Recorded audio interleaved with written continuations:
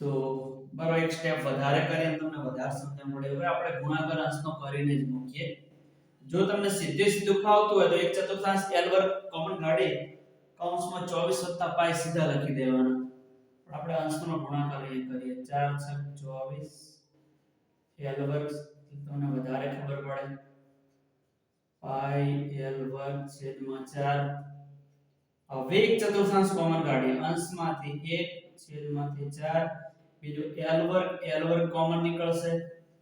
અહીંથી 4 12 આવી ગયા, L વર્ગ 12 આવી ગયા એટલે શું વધશે? એકલા 24 વધશે. અહીંયાથી L વર્ગ 12 આવી ગયા, 1/4 12 આવી ગયા એટલે શું વધશે? એકલા 12. બરાબર છે. તો અહીંયા બાકી પદાર્થનો કુલ પૃષ્ઠફળ જો કે આની અંદર એકમ નથી આપેલો એટલે આપણે અહીંયા ચોરસ એકમ એવું લખી દઈએ અથવા એકમ કૌંસની બહાર વર્ગ એવું પણ લખી શકાય. તો વિદ્યાર્થી મિત્રો આ દાખલો છે આ રીતે ગણી શકાય. ચોથા દાખલો અને પાંચમા દાખલો બંનેની રીત એક જેવી છે. બંનેની અંદર સેમ વસ્તુ છે. પહેલાની અંદર ચોથા દાખલામાં અર્ધગોલક ઉપરની સાઈડ મૂકેલો છે. એની અંદર આ વચ્ચેનો ભાગ આટલો છે ઢંકાઈ જાય છે.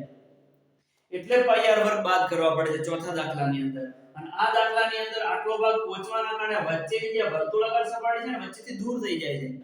જ્યારે આપણે કટિંગ કરતા હોય તો આટલો વર્તુળાકાર ભાગ છે આ પૃષ્ઠનો, આ સપાટીનો આ ચોરસ જે ભાગ છે એનો એ વર્તુળાકાર ભાગ છે એ કટિંગ થઈને નીકળી જાય એટલા માટે અહીં બાદ કરવો પડે છે.